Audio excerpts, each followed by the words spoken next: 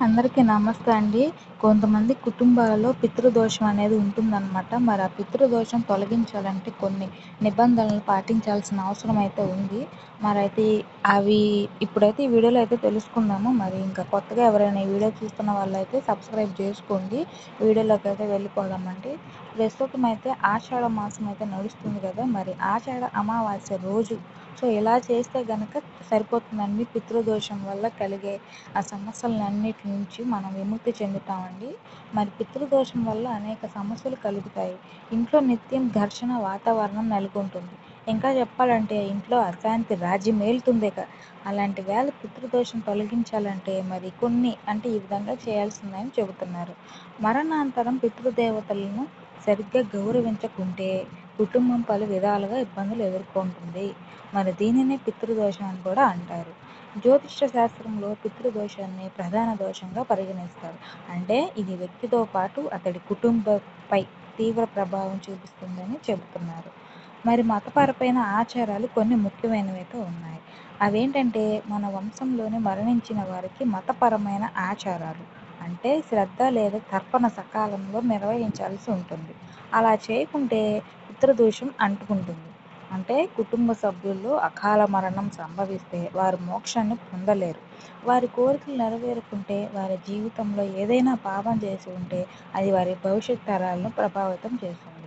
ఆ దోషాన్ని తొలగించుకోవడానికి మరి ఇదే సరైన సమయం. ఆ పితృదోష నివారణకు జ్యోతిష శాస్త్రం ఏం చెబుతుందంటే గ్రంథాల్లో అనేక నివారణ పాయాలు ప్రస్తావించారు. వీటిని నమ్మకంగా పాటించడమే ద్వారా ఆ దోష ప్రభావం తగ్గుతుంది. అంతేకాదు జీవితంలో సానుకూల మార్పులు సైతం సంభవిస్తాయి. ప్రస్తుతం జూలై మాసంలో ఆషాఢ అమావాస్య వస్తుంది.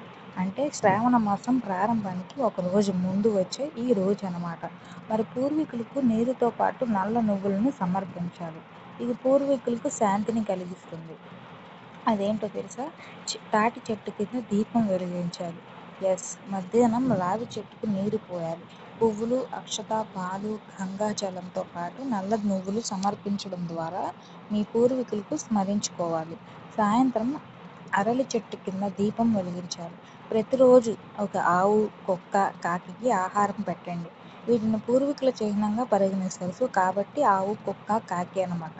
మరి ఇంటి దక్షిణ భాగంలో మీ పూర్వీకుల చిత్రాన్ని ఉంచండి. ప్రతిరోజు వారికి దండలు సమర్పించి నమస్కారం చేసుకోవాలి. అలాగే పూర్వీకుల పట్ల అగౌరవం అంటే పూర్వీకులను అవమానించినట్లయితే లేదా విస్మరించినట్లయితే కుటుంబ సంప్రదాయాలు, మతపరమైన ఆచారాలు పాటించుకుంటే పితృదోషం సంప్రాప్తిస్తుందంటారు. మరి అలాగే జ్యోతిష శాస్త్ర ప్రకారం జాతకంలో సూర్యుడు, చంద్రుడు, బృహస్పతి, కుజుడు, శని వంటి గ్రహాల నిర్దిష్ట స్థానం వల్ల లేదా రాహుకేతువుల ప్రభావం వల్ల పితృదోషం సంభవిస్తుందని నమ్ముతారు.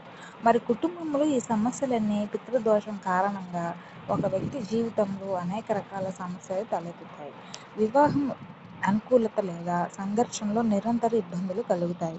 ఆ తర్వాత వైవాహిక జీవితంలో ఒత్తిడి ఎదుర్కొంటారు. స్ట్రెస్ అని ఫీల్ అవుతారు. కొన్నిసార్లు ఈ సంఘర్షణలు విడాకుల వరకు వెళ్తుంది. మరి పిల్లలు లేకపోవడం, పిల్లలు ఉన్నప్పటికీ ఎక్కువ కాలం జీవించకపోవడం, పిల్లలు మానసిక వికలాంగులు లేదా వికలాంగులు కావడం జరుగుతుంది.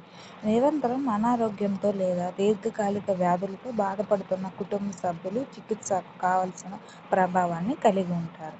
మరి ఇంట్లో నిత్యం ఘర్షణలు వస్తూ ఉంటాయంట. అంటే వ్యాపారంలో నిరంతరం నష్టాలు, ఉద్యోగ సమస్యలు, ఆర్థిక వృద్ధి లేకపోవడం, అప్పులు విపరీతంగా పెరిగిపోవడం, పొదుపు చేయకపోవడం తదితర అంశాలు ఎదుర్కొంటూ ఉంటారు. మరి నిత్యం ఇంట్లో తగాదాలు అలాగే విభేదాలతో అశాంతిగా ఉంటుంది. మరి కుటుంబ సభ్యుల మధ్య సామరస్యం లేకపోవడం కూడా ఉంటుందట. మరి ఇంట్లో నిరంతరం ప్రతికూల శక్తి, భయం లేదా శాంతి లేకపోవడం జరుగుతుంది.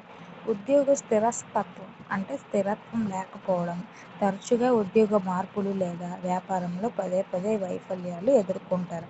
అంటే ఒక చోట నిలకడగా పని కూడా చేయలేరంట. అలాగే ఉద్యోగం కూడా 10 ఉద్యోగాలు మారుతాం అంటే 10 అని కాదు, ఒక చోట నిలకడగా ఉద్యోగం కూడా చేయలేమట. వ్యాపారంలో కూడా ఎప్పుడు సమస్యలు వస్తూనే ఉంటాయి. ఇంట్లో ఏదైనా శుభకార్యం చేసేటప్పుడు నిరంతరం అడ్డంకులు కలుగుతూనే ఉంటాయంట. మరి ఈ లక్ష్యాలన్నీ పితృదోషం వల్ల సంభవిస్తాయి. మరి ఈ నేపథ్యంలో ఆషాఢ అమావాస్య రోజు పైన ఇవన్నీ చెప్పాను కదా ఇప్పుడు నేను, అది ఏంటి పితృదోషాలు సాధ్యమైనంత వరకు దూరం అవుతాయని చెబుతారు. మరి ఇవన్నీ నేను ఇందాక చెప్పాను కదా, తాటి చెట్టు కింద దీపం వెలిగించాలి, అలాగే మధ్యాహ్నం రావి చెట్టుకు నీరు పోయాలి, పువ్వులు, అక్షత, పాలు, గంగా జలంతో పాటు నువ్వులు సమర్పించడం ద్వారా మీ పూర్వీకులను స్మరించుకోవాలి. అలాగే ఆ దోషం తొలగించుకోవడానికి ఈ పితృదోషానికి శాస్త్ర ప్రకారం చెప్పాను కదండి, ఒక ఆవు, కుక్క, కాకికి ఆహారం పెడుతూ ఉండాలి.